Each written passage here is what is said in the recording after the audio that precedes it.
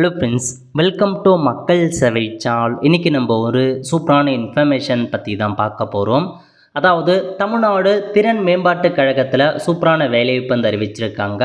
இப்போ இந்த வேலைக்கு யார் யாரெல்லாம் அப்ளை பண்ணலாம், இதுக்கு தேவையான எலிஜிபிலிட்டி என்ன, இதை பற்றின மொத்த இன்ஃபர்மேஷன் தான் இந்த வீடியோ வந்து பார்க்க போகிறோம்.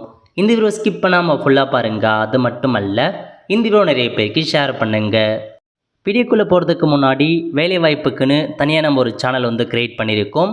இந்த சேனலில் மாவட்ட வாரியாக வர எல்லா கவர்மெண்ட் ஜாப்ஸுமே ரெகுலராக அப்டேட் வந்து பண்ணிகிட்ருக்கோம்.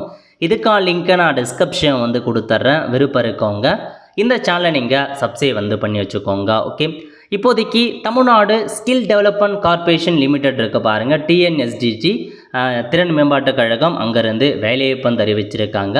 ஸோ என்னமான பதவி, அதை பற்றி இப்போ நம்ம ஒன் பை ஒன் வந்து பார்த்துடலாம். ஓகே, ஸோ ஜாப் ஓப்பனிங் பற்றி கொடுத்துருக்காங்க. என்னமான பதவி அப்படின்னா அசோசியேட்டிவ் வைஸ் பிரசிடென்ட் கேட்டிருக்காங்க. எந்த இதுனா சர்வீசஸில் கேட்டிருக்காங்க, ஒரு வேக்கன்சி. பிளேஸ் ஆஃப் போஸ்டிங் பொறுத்த வரைக்கும் சென்னையில் இருக்க போது சேலரியை பொறுத்த வரைக்கும் 1 லட்ச ரூபாயிலேருந்து 1,50,000 வரைக்கும் சேலரி கொடுக்குறாங்க. அதேமாரி மீடியாவில் ஒரு வேக்கன்சி கொடுத்துருக்காங்க, சென்னையில் தான் வேலைவாய்ப்பு இருக்க போது, சேம் சேலரி. நெக்ஸ்ட்டு அசஸ்மெண்ட்டில் ஒரு வேக்கன்சி கொடுத்துருக்காங்க, சென்னையில் தான் வேலைவாய்ப்பு இருக்க போது, சேம் சேலரி கொடுக்குறாங்க. அடுத்த கட்டமாக ப்ரோக்ராம் மேனேஜர் கேட்டிருக்காங்க. வெற்றி நிச்சயம் ஸ்கீமுக்காக 5 வேக்கன்சி கொடுத்துருக்காங்க. சென்னை மற்றும் பல மாவட்டங்கள் அப்படின்றத மென்ஷன் பண்ணியிருக்காங்க. 80,000 ரூபாயிலேருந்து 1 லட்சம் வரைக்கும் சேலரி கொடுக்குறாங்க. நெக்ஸ்ட்டு ப்ரோக்ராம் மேனேஜர் நான் முதலன் ஸ்கீமுக்கு ஒரு 13 வேக்கன்சி கிட்ட கொடுத்துருக்காங்க. சென்னை மற்றும் பல மாவட்டங்களில் வேலைவாய்ப்பு இருக்க போது. ப்ரோக்ராம் மேனேஜர் அசஸ்மெண்ட்டில் கேட்டிருக்காங்க, ஒரு வேக்கன்சி, சென்னை மற்றும் பல மாவட்டங்கள். ப்ரோக்ராம் மேனேஜர் கரிக்குலம் டெவலப்மெண்ட்டில் 2 வேக்கன்சி, சென்னை மற்றும் பல மாவட்டங்கள். சீனியர் அசோசியேட்டிவ் கேட்டிருக்காங்க, அசஸ்மெண்ட் ஒரு வேக்கன்சி. சீனியர் அசோசியேட்டிவ் வெற்றி நிச்சயத்தில் ஒரு வேக்கன்சி. சீனியர் அசோசியேட்டிவ் ஐடியில் கேட்டிருக்காங்க, front and developer.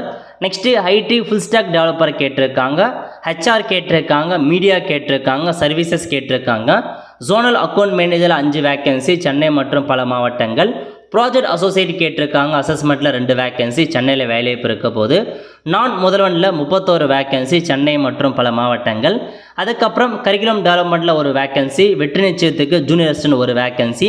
Young professional கேட்டிருக்காங்க, 13 வேக்கன்சி. இந்த மாதிரி மொத்தமாக 23 பதவிகள், 126 வேக்கன்சி கொடுத்துருக்காங்க.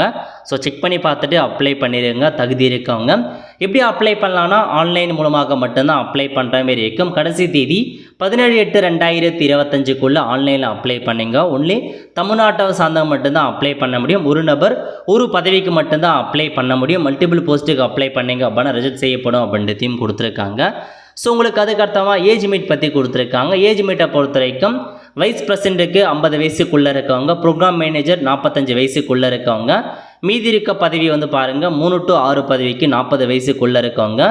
ஜூனியர் அசோசியேட்டிவ் 35 வயசுக்குள்ளே இருக்கவங்க. யங் ப்ரொஃபஷனல் 30 வயசுக்குள்ளே இருக்கவங்க அப்ளை பண்ணலாம். எப்படி அப்ளை பண்ணுறது, எந்த மாதிரி டாக்குமெண்ட் சப்மிட் பண்ணணும், அதுக்கான இன்ஸ்ட்ரக்ஷன்ஸ் கொடுத்துருக்காங்க. செக் பண்ணி பார்த்துக்கோங்க. அடுத்த கட்டமாக இது வந்து உங்களுக்கு ஒரு டெம்பரரி ஜாபாக கான்ட்ராக்ட் பேஸில் இருக்கும் அப்படின்றதையும் உங்களுக்கு சொல்லியிருக்காங்க. ஸோ டைரக்ட் ரெக்யூர்மெண்ட் வைக்கிறாங்க, அதாவது கம்ப்யூட்டர் பேஸர் மூலமாக டெஸ்ட்டு இன்டர்வியூ வைப்போம் அப்படின்றதையும் உங்களுக்கு மென்ஷன் பண்ணியிருக்காங்க. ஓகே, அடுத்த கட்டமாக ஒவ்வொரு பதவிக்கான கல்வி தகுதி என்ன, எக்ஸ்பீரியன்ஸ் என்ன வேணும், அதை பற்றி கேட்டிருக்காங்க.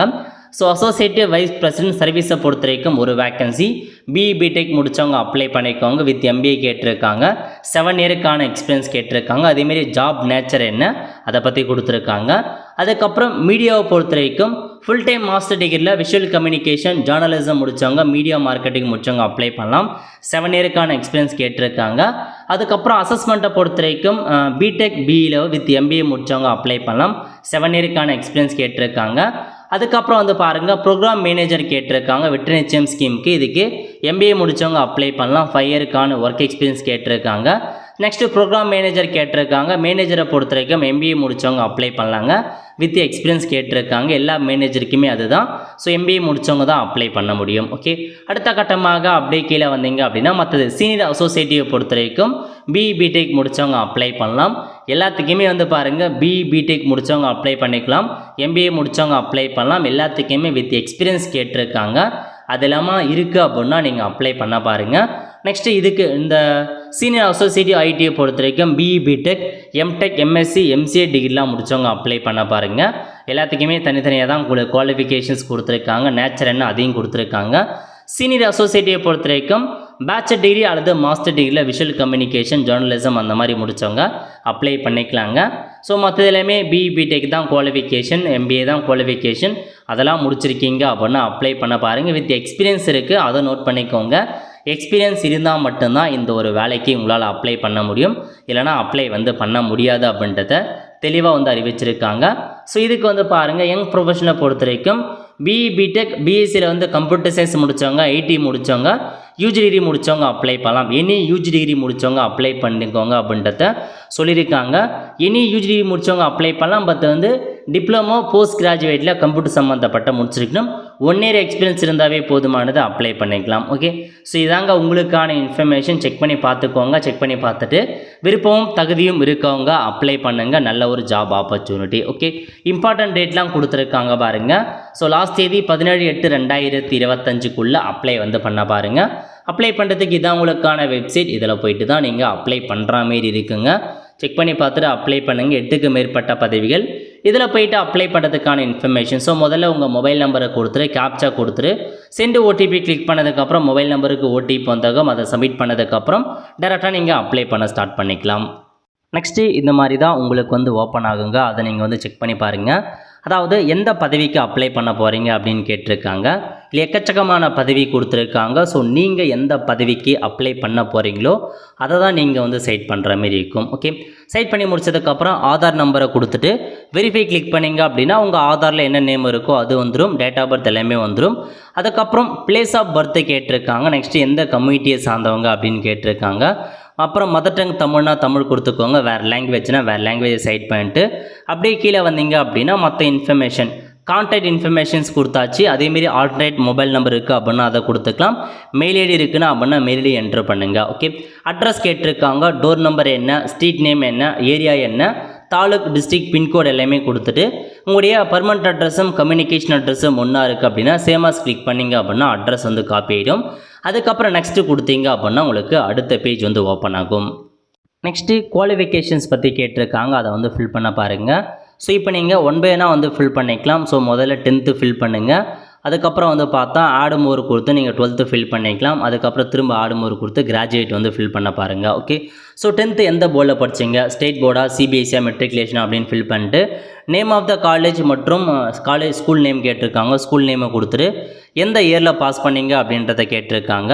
ஸோ எந்த இயர் எப்போ பாஸ் பண்ணீங்க அப்படின்றத நீங்கள் 10th இன்ஃபர்மேஷன்ஸை மென்ஷன் பண்ணுற மாரி இருக்கும்.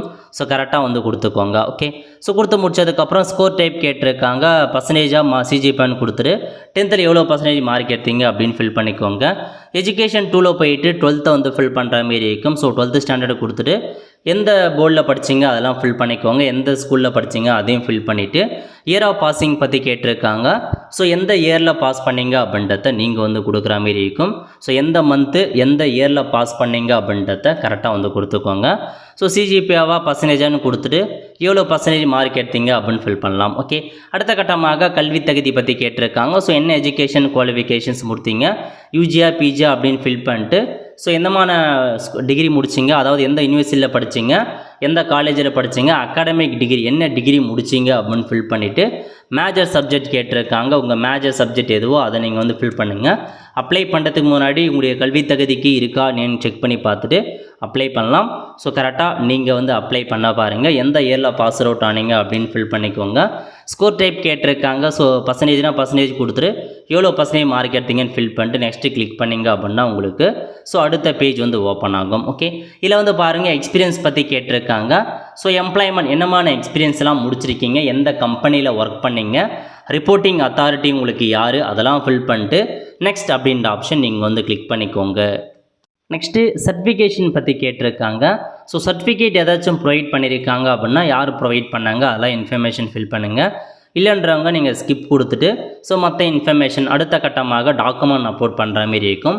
ஸோ உங்கள் பாஸ்போர்ட் சைஸ் ஃபோட்டோவை 50 KBக்குள்ளே இருக்க மாதிரி அப்லோட் பண்ணிட்டு சிக்னேச்சர் கேட்டிருக்காங்க, அதை அப்லோட் பண்ணிட்டு ரெஸ்யூம் கேட்டிருக்காங்க. உங்கள் ரெஸ்யூம் ஃபுல் ரெஸ்யூம் ரெடி பண்ணிவிட்டு அப்லோட் பண்ணிக்கோங்க. சப்போர்ட்டிங் டாக்குமெண்ட்டாக உங்களுக்கு மற்ற டாக்குமெண்ட், அதாவது என்னமான டாக்குமெண்ட்ஸ் அட்டாச் பண்ணணும் அப்படின்றத இதிலே உங்களுக்கு சொல்லியிருக்காங்க. அந்த எல்லா டாக்குமெண்ட்ஸுமே நீங்கள் அட்டாச் பண்ணுற மாரி இருக்குங்க, நோட் பண்ணிக்கோங்க.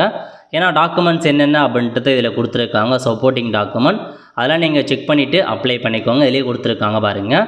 ஸோ சப்போர்ட்டிங் டாக்குமெண்ட் என்ன எக்ஸ்பீரியன்ஸ்க்கான இது ஐடி ப்ரூஃப் இதெல்லாமே நீங்கள் அட்டாச் பண்ணுற மாரி இருக்கும். ஓகே, ஸோ எல்லா இன்ஃபர்மேஷன்ஸுமே அட்டாச் பண்ணிக்கோங்க. இதிலேயே கொடுத்துருக்காங்க 10th mark sheet, 12th mark sheet, Aadhaar card, degree certificate, experience certificate, pay slip, ஜாதி சர்டிஃபிகேட், இந்த எல்லா டாக்குமெண்ட்ஸுமே ஒரே பிடிஎஃபாக மெர்ஜ் பண்ணி அட்டாச் பண்ணுங்க அப்படின்றத சொல்லிட்டாங்க.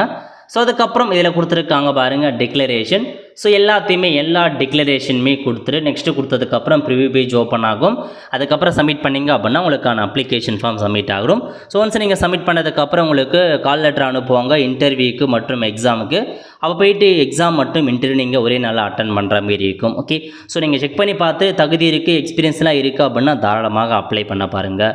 ஆல் ஃப்ரெண்ட்ஸ், கண்டிப்பாக இந்த பிடிச்சா லைக் பண்ணுங்கள். அது மட்டும் அல்ல, இந்த வீடியோ நிறைய பேருக்கு ஷேர் பண்ணுங்கள். அடுத்து ஒரு நல்ல சந்திப்போம். நன்றி, வணக்கம்.